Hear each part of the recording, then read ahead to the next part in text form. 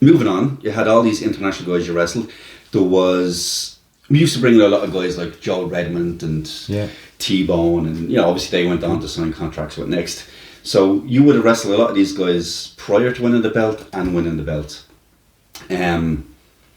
So how did that feel to see guys who you were as good as actually go on to get contracts before you did? Or well, I was happy for them. Of course, you can't. You should be happy for them, but you can't help but feel a little bit left behind. Yeah, well, that's the way it did. I genuinely like we said, we have spoken before at this. I'm no matter, I'm happier now in the place I am in my life and what I'm doing, I think, than I would be if I had a big contract like that. Grand, and again we could touch on that later. But for me, I mean, coming up, like your promo set, how you interacted with an audience was just night and day to those guys, and they were there to learn. I'm not knocking them.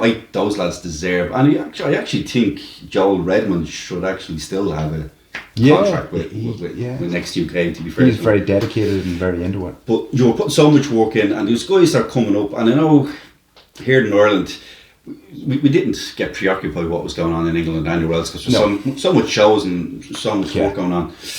And you'd wrestle all these international guys, and what I used to like to do was we'd bring in guys from, say, Wales. And I know could be Cayman, Carol Griffiths, he wrestled quite a few tours here. So he would be, say, the Welsh champion, and come out and he'd be Welsh champion with the belt. You'd create it in some way that it's an untitled match, but you would be the Welsh champion, or you'd be the North Western England champion, or you'd beat the British heavyweight champion.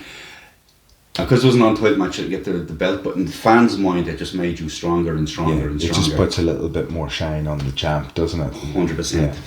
And then I remember the few months leading up to you winning the belt, I was putting you with the champion at the time, and I was putting you as the winner by count out, by disqualification, because I knew once you got that belt, there wasn't going to be any rematches with that current champion. He'd had his run, that was the end of it, and then it was moving on from him.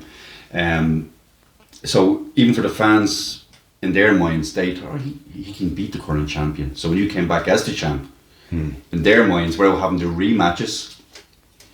This is very clever. Yeah. When you look at it now, it's like, wow,